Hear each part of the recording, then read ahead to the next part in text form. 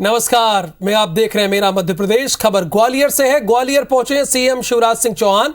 यहां पर उन्होंने एससी और सामान्य वर्ग के पदाधिकारियों से अलग अलग बैठकें की हैं। इस बैठक में केंद्रीय मंत्री ज्योतिरादित्य सिंधिया भी मौजूद रहे हैं। बैठक में 2 अप्रैल 2018 में हुए जातिगत उपद्रव के मुद्दे पर भी चर्चा हुई है। सीएम ने कहा है कि इस बैठक में सामाजिक समरसता के नए युग की शुरुआत हो रही है। साथ ही सीएम ने दोनों पक्षों से अपील करते हुए कहा कि 2 अप्रैल की घटना में दर्ज प्रकरणों को वापस लिया जाए। समाज के 2 प्रतिनिधिमंडल मिले, एक हमारे अनुसूचित जाति समाज से और एक हमारे सामान्य वर्ग से। आज सामाजिक समरसता के नए युग का प्रारंभ हो रहा है। ग्वालियर चंबल संभाग में 2 अप्रैल की दुर्भाग्यपूर्ण घटना से जो वैमनस्यता पैदा हुई थी, सामाजिक समरसता टूटी थी, उसको समाप्त किया जाए।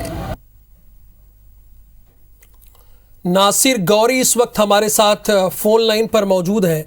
नासिर गौरी, क्या दोनों समुदाय के लोग इस पर सुलह के लिए तैयार हैं? चूंकि अब तो प्रदेश के मुखिया ने ये बात कह दी है।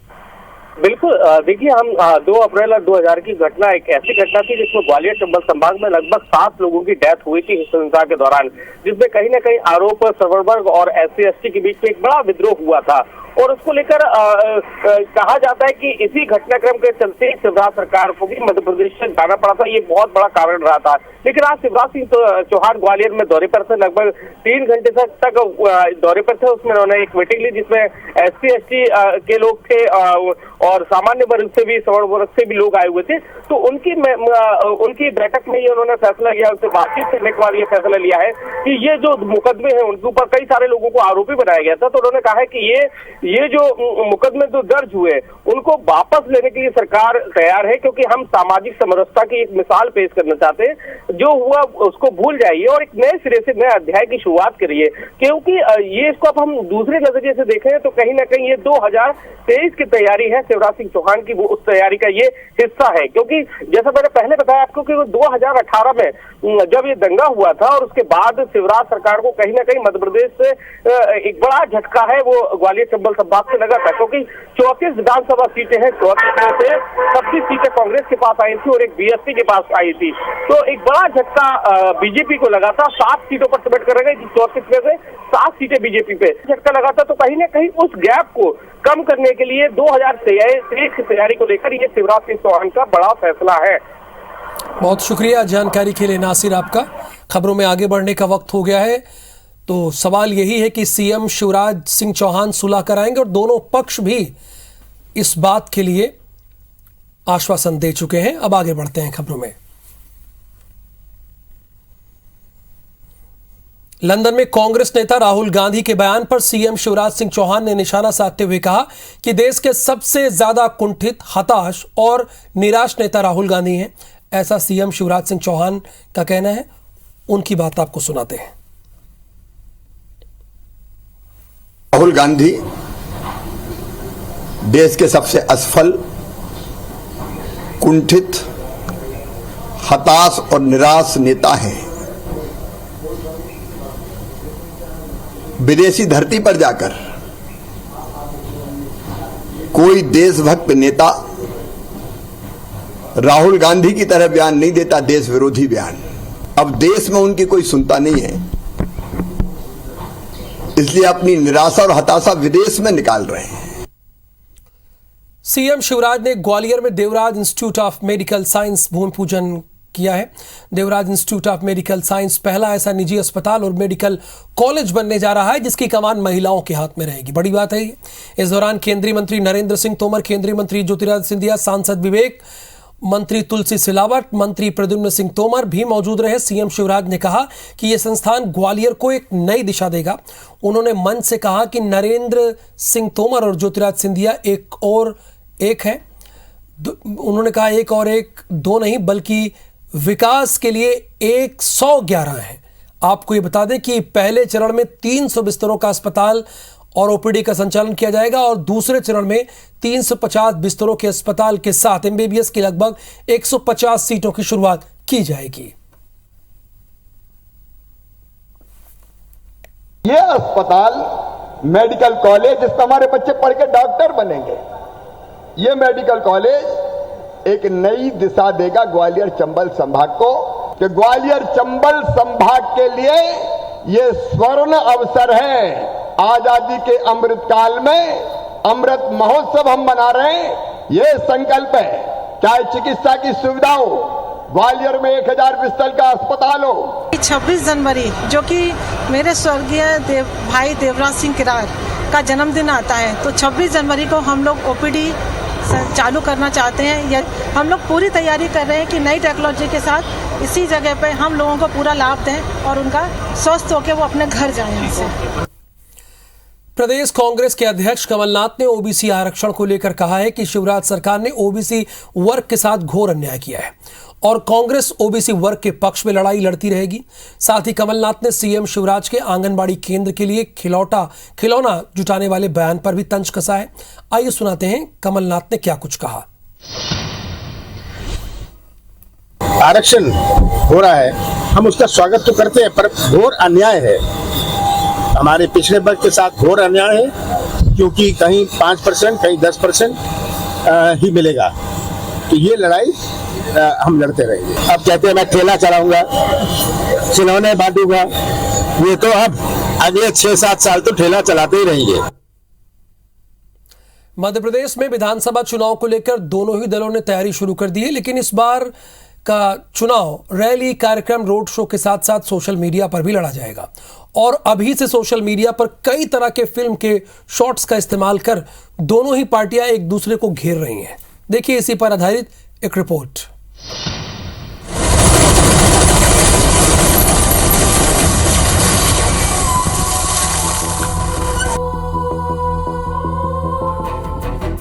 एमपी में सोशल संग्राम, सोशल मीडिया पर वोटर्स को साधने की होड़।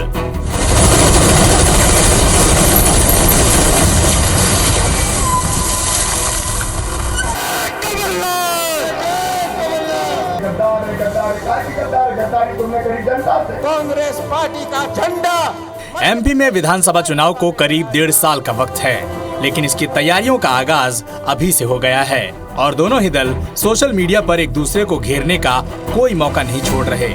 हाल ही में कांग्रेस ने सोशल मीडिया में जो वीडियो शेयर किया है उसने खूब सुर्खियां बटोरी हैं, जिसमें रामायण सीरियल के युद्ध के शॉट्स को कमलनाथ और सीएम शिवराज के बीच चुनावी मुद्दों के युद्ध से जोड़ दिया गया है, जिसमें कमलनाथ को एक योद्धा के तौर पर पेश किया गया है।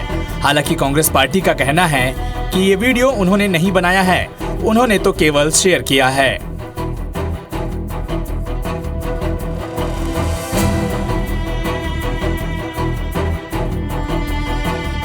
लेकिन ये हमारे द्वारा बनाया नहीं जाता है। ये कई लोग जो युवा परेशान हैं, देखते होंगे आप एडिटिंग करते हैं, उनके पास मोबाइल है, क्या करें घर में बैठ के, तो वो लोग ये सारे काम करते हैं कि किसी तरीके से उनको रोजगार मिले। ऐसे कई वीडियोस बनाता है और वायरल करता है और हमारी टीम जब देखती है कि ऐसे वीडियोस बन रहे हैं, एडिट होके बन रहे हैं, तो इसको हम शेयर करते हैं। ऑब्वियस सी बात है। हालांकि बीजेपी ने कांग्रेस के सोशल मीडिया में शेयर किए जा रहे वीडियो पर कहा कि इससे कांग्रेस की हताशा साफ नजर आती है। साथ ही बीजेपी ने कांग्रेस के नेताओं की उम्र को लेकर फिर से तंज कसा है। देखिए, मुझे लगता है कि कांग्रेस पार्टी जिस पैंतरे को अपने अंतिम अस्त्र के रूप में पहले उपयोग किया करती थी, उस अस्त्र को यदि इतनी जल्दी चलाने का काम कर रही है, इसका मतलब कांग्रेस की हताशा किस स्थिति में, किस स्तर पर है, इस बात का स्पष्ट रूप से पता चलता है। महंगाई, ओबीसी आरक्षण जैसे मुद्दों को लेकर कांग्रेस के शेयर किए गए वीडियो पर वार पलटवार जारी है। एक तरफ कल केंद्र सरकार ने पेट्रोल डीजल के दाम कम कर महंगाई को लेकर बार बार सवाल उठाने वाली कांग्रेस को करारा जवाब दिया है, तो कांग्रेस भी इस तरह के मुद्दों से बीजेपी को घेरने का कोई मौका नहीं छोड़ रही। नवीन कुमार सिंह, IBC 24, भोपाल। मध्य प्रदेश में एक बार फिर बिजली का संकट गहरा सकता है। वजह है सतपुड़ा पावर प्लांट सारणी की एक यूनिट जो रिकॉर्ड बनाने की फेर में ठप हो गई है। 250 मेगावाट बिजली उत्पादन क्षमता वाली सतपुड़ा पावर प्लांट की इस यूनिट में अचानक गड़बड़ी आ गई, जिससे बिजली उत्पादन ठप हो गया। सारणी की ये यूनिट बीते 30 अक्टूबर से लगातार चल रही थी, जो लगातार 205 दिनों तक बिजली उत्पादन कर रिकॉर्ड बनाने के करीब थी। लेकिन अचानक प्लांट में ट्यूब लीकेज की समस्या आने से बिजली उत्पादन बंद हो गया। आपको ये बता दें कि इस यूनिट के लगातार 200 दिन चलने पर बिजली कंपनी के अधिकारियों ने पावर प्लांट के स्टाफ को अवार्ड भी दिया था। इधर एमपी पावर जनरेशन कंपनी इस यूनिट की जांच करवा रही है। बताया जा रहा है कि अगले 2-3 दिनों के भीतर प्लांट को सुधारने का टारगेट रखा गया है। वहीं यूनिट के ठप होने से 250 मेगावाट बिजली का उत्पादन अब कम हो जाएगा और ऐसे में यूनिट सुधरने तक आने वाले दिन परेशानी भरे हो सकते हैं। हालांकि एमपी पावर मैनेजमेंट कंपनी दूसरे स्रोतों से बिजली की मांग को पूरा करने में भी जुटी हुई है।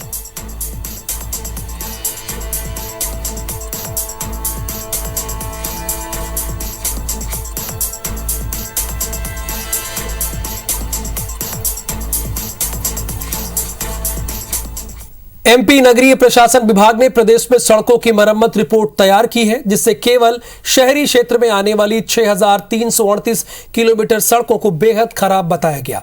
जहां मरम्मत की जरूरत है। बात करें केवल भोपाल की तो यहां 650 किलोमीटर की सड़कों को ठीक करने की जरूरत है। लेकिन लापरवाही का आलम यह है कि निकायों में अब तक सड़क सुधार के लिए टेंडर प्रक्रिया तक शुरू नहीं की गई है। इधर मौसम विभाग ने आने वाले 20 दिनों में प्रदेश में मानसून के दस्तक की संभावना जताई है। कांग्रेस ने सरकार को घेरते हुए कहा है कि सरकार ना तो पानी की व्यवस्था कर पा रही है और ना ही सड़क की मरम्मत। कैबिनेट मंत्री विश्वास सारंग ने दावा किया है कि खराब सड़कों को लेकर रिपोर्ट तैयार कर ली गई है। जल्द ही टेंडर प्रक्रिया पूरी कर प्रदेश में सुधार का काम शुरू हो जाएगा। सड़कों को जल्द से जल्द उनकी मरम्मत की जाए और खासकर बारिश के पहले जो भी संधारण का काम है वो सुव्यवस्थित हो सके।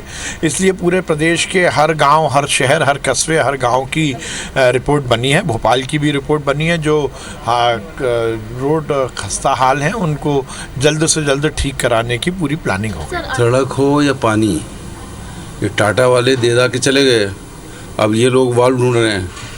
ये स्थिति सड़कों की काम करके पेमेंट करके चला जाता है और सड़कें यथावत रहती हैं। पूरा भ्रष्टाचार में लिप्त है।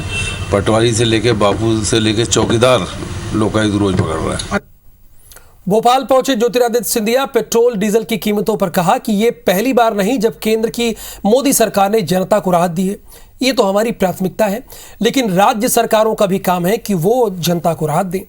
इसका विपक्षी पार्टियों को जवाब देना पड़ेगा। जो राशि पेट्रोल और डीजल से मिलती है उसमें से राज्य सरकार को भी राशि दी जाती है। ओबीसी आरक्षण को लेकर भी उन्होंने शिवराज सरकार की तारीफ की।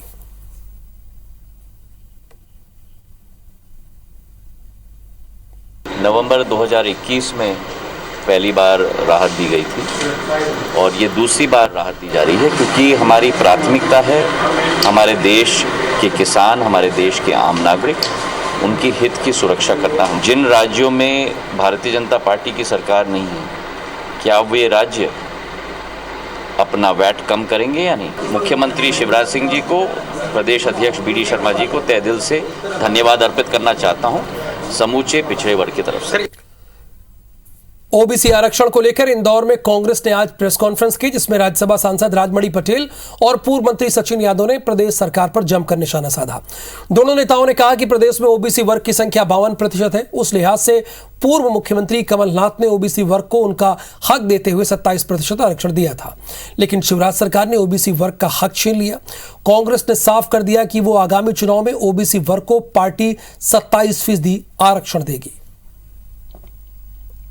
एक तरफ 27% आरक्षण देने का काम हमारे सदन में कही जाती है, सदन के नेता ये बात को कहते हैं, और दूसरी तरफ एक षड्यंत्रपूर्वक तरीके से उसी 27% आरक्षण हमारे ओबीसी वर्ग को नहीं मिले, उसके लिए एक षड्यंत्र, एक जाल बिछाने का काम आदरणीय साथियों किया जाए। आगामी चुनावों में जो है 27% जो ओबीसी के अधिकार है, उस अधिकार के तहत उनको टिकट डिस्ट्रीब्यूशन में उनको हिस्सा देने का काम करेगी। आज इस प्रदेश के 52% लोगों का जो हक और अधिकार है, वो अधिकार अगर वो दिला पाता है वही हमारा प्रतिनिधि है। अगर वो गूंगा बन करके बैठा हुआ है, पुतला बन करके बैठा हुआ है, तो मैं नहीं मानता कि वो पिछड़े वर्ग के उसमें गिनती उसकी होनी चाहिए। केंद्र सरकार ने आम लोगों को बड़ी राहत देते हुए पेट्रोल की एक्साइज ड्यूटी तो कम कर दी है। इसी से रिलेटेड बिग न्यूज देख लेते हैं। मधुकुंज अगरबत्ती प्रेजेंट्स बिग न्यूज। अगरबत्ती हो तो मधुकुल।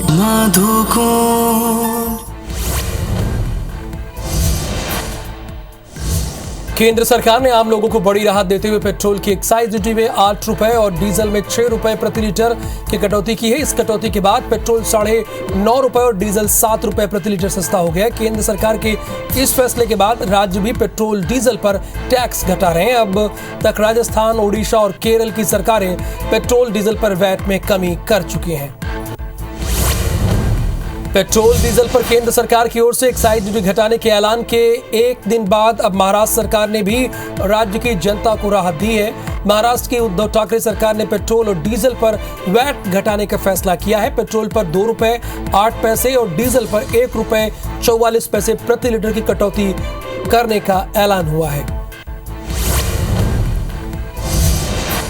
केरल और कर्नाटका से होते हुए प्री मानसून आज उत्तर भारत में दस्तक दे सकता है। पाकिस्तान की ओर से बन रहे विक्षोभ के कारण आज उत्तर प्रदेश, राजस्थान, पंजाब, हरियाणा, दिल्ली, बिहार, झारखंड समेत अन्य राज्यों में फुहारें पड़ सकती हैं। मौसम विभाग ने आज कई राज्यों में बारिश का येलो अलर्ट जारी किया है। साथ ही तेज हवाएं चलने से गर्मी से राहत मिलने की उम्मीद है।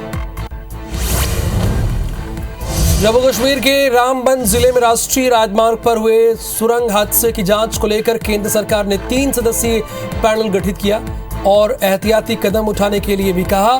बता दें कि गुरुवार रात एक निर्माणाधीन सुरंग का एक हिस्सा ढह गया था, जिसमें 10 मजदूरों की जान गई थी।